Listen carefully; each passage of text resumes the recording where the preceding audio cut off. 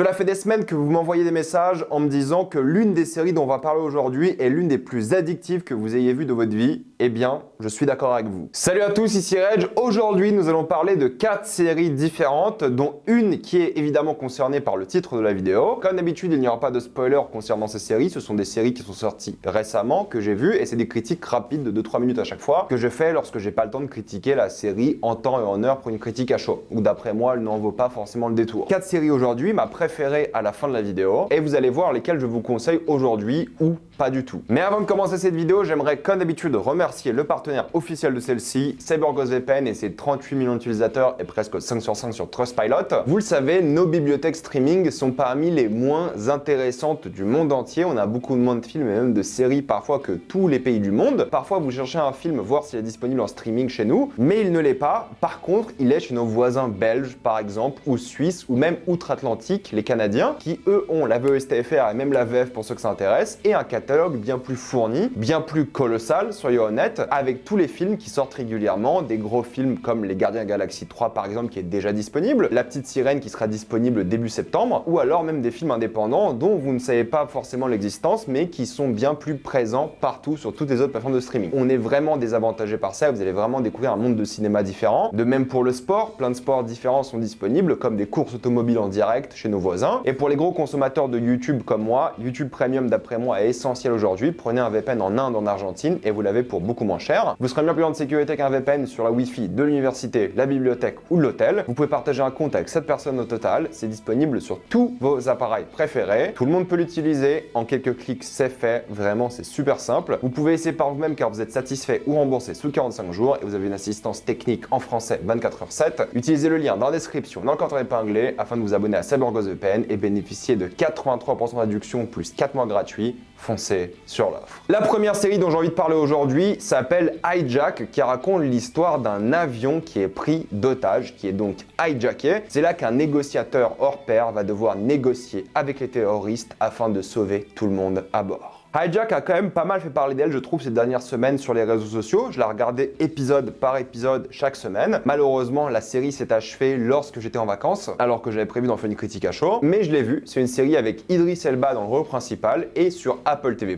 Il y a 7 épisodes d'environ 55 minutes, 1 heure, ça dépend. Et du coup, le gros intérêt de la série, c'est que Idris Elba interprète un négociateur spécialisé dans l'acquisition et le merger d'entreprises. C'est pas une série d'action, même s'il y en a un petit peu. C'est globalement une série qui est porté par les dialogues et par un gars qui est habitué à avoir des conflits entre entreprises qui sont acquérir, fusionner et des choses comme ça. Et de base, je trouve cette idée vraiment cool parce que c'est un milieu, le M&A, le Merger and Acquisition, qui est extrêmement compétitif, qui est extrêmement stressant, où les gens travaillent beaucoup et où tu as affaire à des titans en général. Si tu bosses comme Idris Elba, son personnage, dans des situations extrêmes, lui passait beaucoup de temps à Dubaï par exemple. Et je me suis dit, c'est cool, ça sera pas un héros d'action, ce sera un héros qui va essayer d'être plus intelligent que les terroristes. Cette partie-là du scénario est très peu exploité. Je dis pas que ça aurait pu être n'importe quel autre gars, mais tu ne vois pas du tout son expérience d'entreprise dans le scénario. Et je trouve qu'ils l'ont mal géré. Ce que tu as avec Idris Elba, c'est surtout un gars confiant, un gars très peu orthodoxe dans la manière dont il veut gérer ce problème, ce qui va créer des conflits entre lui, les terroristes, les passagers. Mais je trouve que le concept est pas très bien développé et ils sont pas allés au bout du délire. Je trouve que c'est un peu dommage, ça aurait pu être intéressant. La majorité de l'action se passe à l'intérieur de l'avion, même s'il y a plein d'autres choses qui se déroulent en dehors, par rapport au gouvernement britannique, à la police, les politiques et des choses comme ça. Le cœur du récit se passe dans l'avion et il n'y a pas beaucoup de mise en scène, soyons d'accord. Mais la force du récit, c'est évidemment le rythme. Il se passe beaucoup de choses. Il y a un chrono, évidemment, parce qu'ils vont de Dubaï à Londres. Donc il y a quelques heures jusqu'à ce que cet avion arrive à Londres et il est contrôlé par des terroristes. Et comment est-ce que ça va se passer? Qui sont les terroristes? Donc tu as un côté comment est-ce qu'ils vont se sortir? Donc tu as un côté mystère de une, avec quelques petits twists et des choses comme ça. Et tu en apprends un peu plus sur les personnages. L'autre côté, tu as ce truc de tension, négociation, dialogue. Mais je trouve que la négociation et le dialogue n'a jamais été très satisfaisante. Et moi, je suis un peu mitigé sur cette série dans le sens où j'ai passé un très bon moment devant, j'ai regardé tous les épisodes, il y avait des bons cliffhangers, c'était bien rythmé, tout le monde fait un beau travail, mais il n'y a rien qui va au-delà. Il n'y a pas forcément grand-chose de spécialement intelligent, de forcément bien filmé, de performance d'acting incroyable. Tout est efficace, mais malheureusement pour moi un peu oubliable. Je pense que vous allez vraiment passer un bon moment devant, mais vous n'allez pas vous en rappeler d'ici une semaine. Parce que c'est une série très grand public, avec un petit peu de budget, même si les effets spéciaux c'était un peu compliqué, qui tente pas grand-chose. Si vous avez déjà vu des films de prise d'otage d'avion, c'est très similaire, mais qui se regarde très bien un chaque semaine. Ou alors même je pense qu'en binge-watching ça peut le faire parce qu'avec les cliffhangers et des choses comme ça. Mais ça n'ose pas, ça ne va pas loin, que ce soit dans la politique, la géopolitique, dans les thématiques en fait sociales, ça va pas loin alors qu'il y avait vraiment moyen. Ça n'y va pas et j'étais un petit peu déçu par ça parce qu'il y avait moyen de vraiment de raconter quelque chose de critique, mais c'est pas le but. Voyez-le comme pas forcément une série d'action comme je vous l'ai dit, une série plutôt relax et inoffensive. Rien ne m'a surpris, mais rien ne m'a spécialement déçu non plus. C'est timide, mais c'est aussi plus que regardable. La deuxième série que j'ai envie de recommander est Good Omens saison 2. Alors oui, c'est l'histoire encore une fois de un ange et un démon qui doivent faire équipe afin d'arrêter l'apocalypse sur Terre. C'est pas exactement ça le synopsis de la saison 2, mais j'ai pas envie de spoiler pour ceux qui n'ont pas vu la saison 1. Et je vais aller très vite parce que du coup c'est une critique de la saison 2, et si vous avez pas vu la saison 1, je pense pas que ça vous intéresse, mais je vais quand même vous donner mon avis général sur la série, car je crois n'en avoir jamais parlé, je me rappelle plus trop. Ce qui est intéressant avec Good Omens saison 2, c'est que je la préfère à la première saison de 1. C'est une série sur Amazon Prime Video, il y a 6 épisodes par saison, 1 heure à peu près, un peu moins, 45 minutes cette saison 2 je crois, ça dépend des épisodes, enfin bref. Si vous aimez la mythologie Neil Gaiman, parce que oui c'est son œuvre, je pense que vous allez beaucoup vous retrouver. Ça parle d'anges, de démons, d'archanges, il y a plein de thématiques comme ça, l'apocalypse c'est très biblique, mais principalement sur le ton de l'amitié, parce que le but c'est vraiment la relation amicale entre ces deux personnages principaux. Et ce que j'aime beaucoup dans la série, comme tout le monde, je pense que c'est la relation entre David Tennant, le démon, et Michael Sheen, l'ange, qui est vraiment hyper bien ficelé. Ils sont drôles, ils ont une vraie alchimie, il y a une sorte de bromance, et peut-être même plus que ça. C'est hyper bien foutu, c'est drôle, c'est divertissant quand ils sont à l'écran. Et la critique que j'avais par rapport à la saison 1, c'est que tout ce qui les concernait pas ne m'intéressait pas. Et du coup, dans la saison 2, ce qu'ils ont fait, c'est que il y a aucun personnage ou presque de la saison 1 qui revient, et c'est juste ces deux personnages-là qui partent à l'aventure, épisode par épisode, dans des temporalités différentes, sur des missions différentes. Ça fait carrément penser à Doctor Who pour le coup. D'ailleurs, il y a des références à Doctor Who dans la série, ce qui est assez étrange parce que Tennant est là. Enfin bref. Mais ce qui est intéressant du coup, c'est que maintenant cette saison 2, c'est eux qui partent à l'aventure avec une sorte de fil rouge durant la série. Et j'ai beaucoup plus aimé cette saison 2 que la première. Il faut savoir qu'à la base, c'était une mini-série. Ils n'avaient jamais prévu d'en faire une saison 2, mais la série a eu un peu de succès. Il y avait de la motivation de la part des scénaristes et tout. Et ils sont revenus avec une saison 2 et ça se voit qu'ils ont compris des erreurs de la saison 1 et ils se sont vraiment éclatés avec la saison 2. Voilà, c'est la relation entre ces deux personnages-là, c'est leurs aventures, c'est leur mission. Il y a un enjeu par épisode avec ce fil rouge. C'est divertissant, c'est rythmé, c'est drôle, c'est touchant, ça a du cœur. C'est bien mieux que la saison 1 d'après moi, même si j'avais pas détesté encore une fois. Je vais pas dire que c'est mémorable ou que c'est brillant ou des choses comme ça, mais ils ont créé un univers, ils l'ont carrément assumé et ils en jouent durant toute cette deuxième saison. Donc ça, franchement, chapeau parce qu'ils se sont améliorés, c'est cool. Et ils ont vraiment prouvé qu'ils pouvaient écouter et les fans et les critiques sérieuses. Après voilà, je trouve que ça manque un peu d'originalité parfois. Je trouve qu'il y a certains concepts qui vont pas assez loin. Je trouve que dans les thématiques, ça pêche un petit peu. Ça aurait dû oser un peu plus, même si parfois ça ose, mais je trouve que c'est pas aux endroits où il fallait oser que ça ose. C'est un peu répétitif et encore une fois, certaines petites intrigues moins présentes que la saison 1 avec d'autres personnages sont pas forcément très intéressantes. J'ai passé un super moment devant. J'ai binge-watché la série, j'ai regardé les 6 épisodes presque d'un coup parce que je voulais regarder la suite, parce que j'étais curieux de voir comment leurs aventures allaient se dérouler et parce que juste par la prestance des deux acteurs, je trouve que ils portent la série d'une très bonne manière. Oui, c'est pas excellent non plus, mais c'est un bon moment que je peux vous conseiller et je pense que vous allez passer un bon moment devant. C'est mieux de regarder la première saison, mais limite t'as l'impression que c'est une autre mini-série parce que tu pourrais presque reprendre juste la saison 2 depuis le début. Le faites pas, c'est mieux de regarder les deux saisons, hein, mais limite tu pourrais, pour vous dire à quel point c'est différent. Donc Good Omens, je suis content. Une saison 3, pourquoi pas. Je suis bien éclaté, il y avait quelques idées de mise en scène aussi, il y avait des effets spéciaux plutôt pas mal. Ils se sont vraiment amusés avec la série, le potentiel. Ça va pas assez loin, c'est juste ça, mais ils se sont éclatés et ça je respecte et je me suis éclaté aussi. La troisième série dont j'ai envie de parler aujourd'hui, qui est concernée par le titre, s'appelle From, qui raconte l'histoire d'un groupe de personnages qui vont se retrouver dans une sorte de village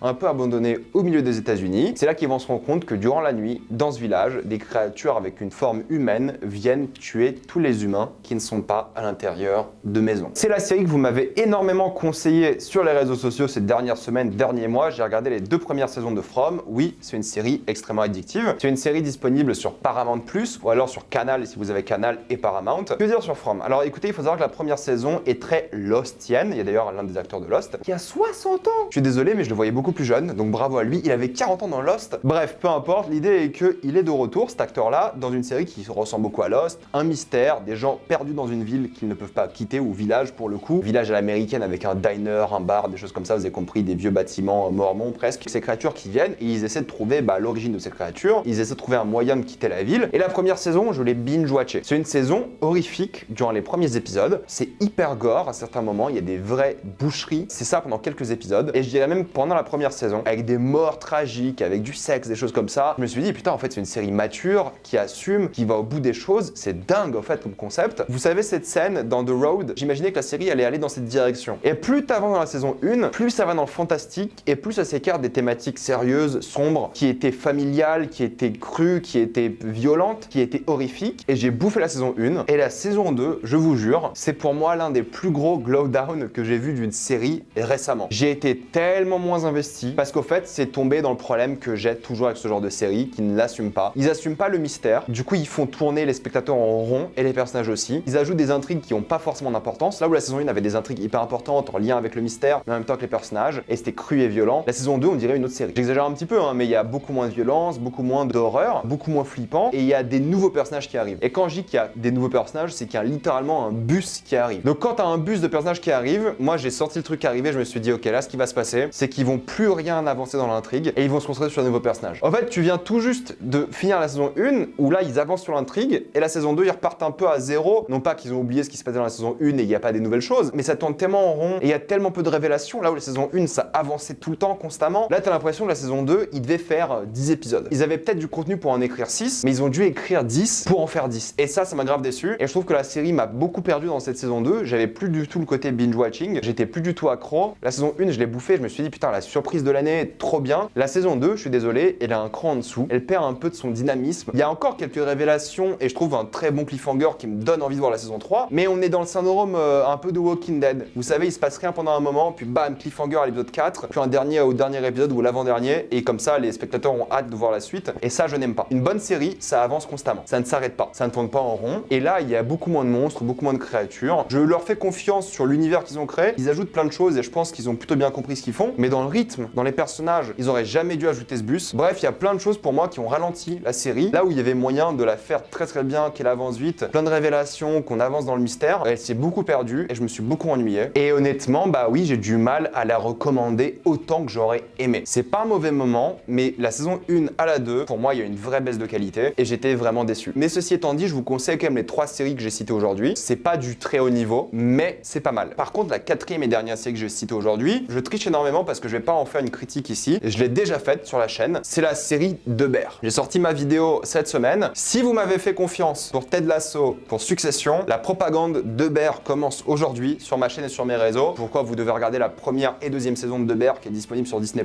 Faites-moi confiance. Foncez sur De Bear, vous allez adorer. Les 2 premières saisons sont dispo, 30 minutes par épisode. Dans la saison 2, il y a des acteurs de malades, des épisodes de malades. Vous allez adorer. Si vous avez besoin d'un peu plus d'amuse-bouche, allez voir ma vidéo. J'explique en détail de quoi ça parle, sans vous spoiler évidemment les 2 premières saisons. Donnez une chance à la série. Croyez-moi, c'est la 2e meilleure série de l'année après Succession. C'est un chef-d'œuvre. C'est devenu instantanément l'une de mes séries préférées au bout de ces 2 saisons. Et aujourd'hui, peu de séries peuvent s'asseoir à sa table. Croyez-moi. Je vais m'arrêter là. Mettez-moi dans les commentaires ce que vous pensez de toutes ces séries. Les avez-vous adorées ou détestées? J'ai envie d'avoir votre avis. Comme d'habitude, pensez à vous abonner à la chaîne pour voir les prochaines vidéos. Mettez un j'aime, ça aide beaucoup la chaîne. Suivez-moi sur tous mes réseaux pour plus de débats, critiques et actualités. Et avant de quitter cette vidéo, pensez à utiliser le lien dans la description, dans le commentaire épinglé, afin de débloquer toutes les plateformes de streaming en toute accessibilité et sécurité. Tout ça pour 2,03€ par mois plus 4 mois gratuits. Foncez sur l'offre et moi je vous dis à la prochaine fois. Salut à tous.